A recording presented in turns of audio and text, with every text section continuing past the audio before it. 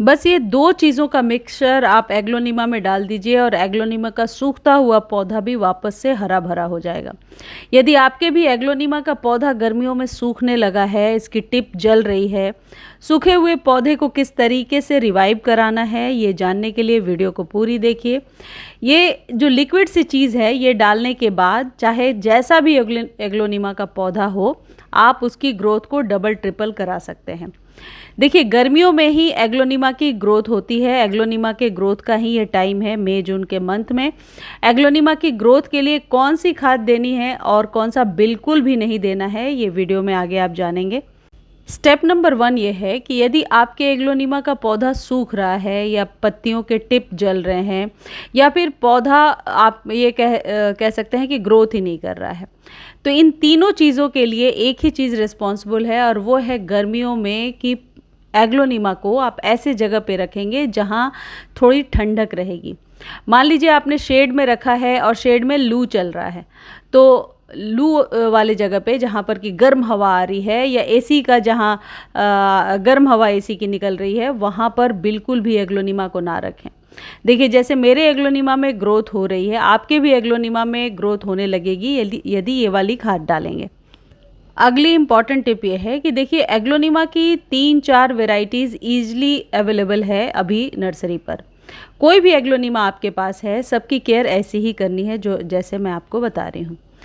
सबसे पहले आप घर के अंदर रख लीजिए इसे ऐसे जगह पे जहाँ पर कि थोड़ी सी आप कह सकते हैं कि ठंडक रहती होगी, जहाँ पर कि खिड़की से छन के भी धूप ना आए, खासकर मई जून के गर्मी में, वरना इसके टिप बहुत ही जल्दी जलना शुरू हो जाते हैं। एग्लोनिमा के पौधे को अभी आप डेली पानी देंगे, लेकिन यहाँ पर एक शर्त है, यदि आपने इसकी जो है सॉइल बहुत ही बढ़िया बना रखा है तभी आप डेली पानी देंगे। यदि मिट्टी बहुत ही चिकनी वाली है जो रूट्स के साथ चिपक जाती है, तो फिर पानी का विशेष ध्यान रखना है, चाहे वो सर्दी हो या गर्मी हो। और यदि कोकोपीट में भी आपने लगाया है तो स्प्रे करके पानी डेली दीजिए, अदरवाइज़ इस तरीके से इसकी पत्तियाँ लटकने लगेंगी। यहाँ पर एक सिचुएशन और है, मेरी तरह यदि बालकनी में आपने रखा है जहाँ पर कि ऑलमोस्ट कवर है, तब भी दिन में 2-3 बार पत्तों को अच्छे से वॉश करते हुए पानी दीजिए। देखिए, एग्लोनिमा की ग्रोथ जब 3-4 नीचे से रूट्स निकल आती हैं, जैसे मेरे पौधे में निकल आई हैं, तो एक ही पौधे से बहुत सारे पौधे आप अभी बरसातों में तैयार कर लेंगे, यानी आने वाले 1 महीने बाद, या फिर आप फैब में भी इसे रिपॉट कर सकते हैं और एक पौधे से 2-3 पौधे बना सकते हैं।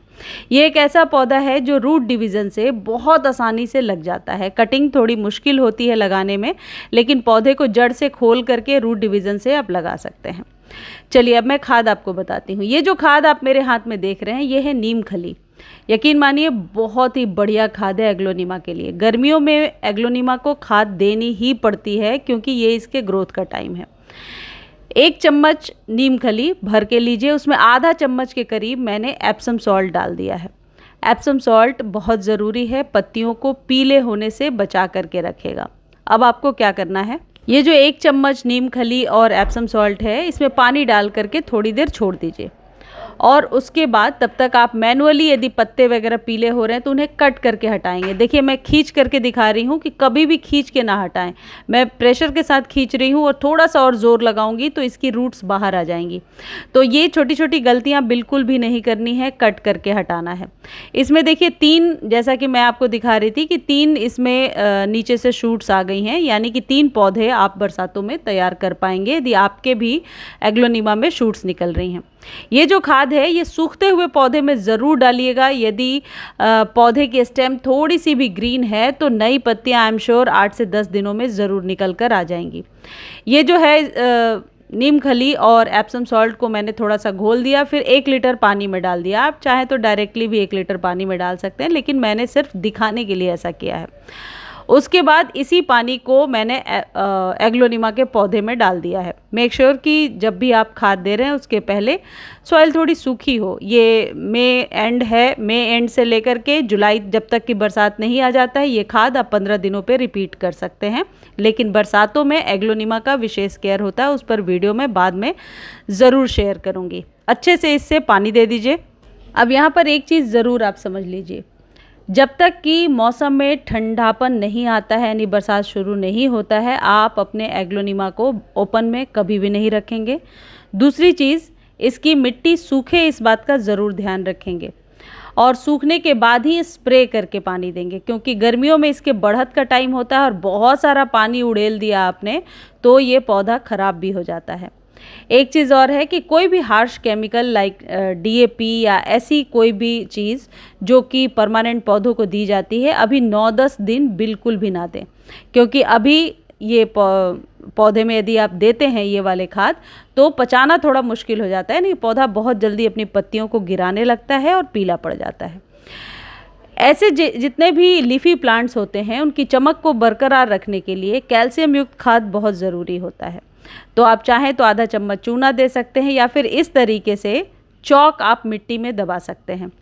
चॉक जो है स्टेशनरी के शॉप पर इस तरीके का 20 से 30 रुपए में बहुत आसानी से मिल जाएगा। बस आधा 1 इंच के करीब टुकड़ा तोड़िए और गमले में दबाकर छोड़ दीजिए। आप चाहें तो थोड़ा पाउडर बना करके भी छिड़क सकते हैं या फिर पान के दुकान से चूना मिल जाए तो बेहतर है।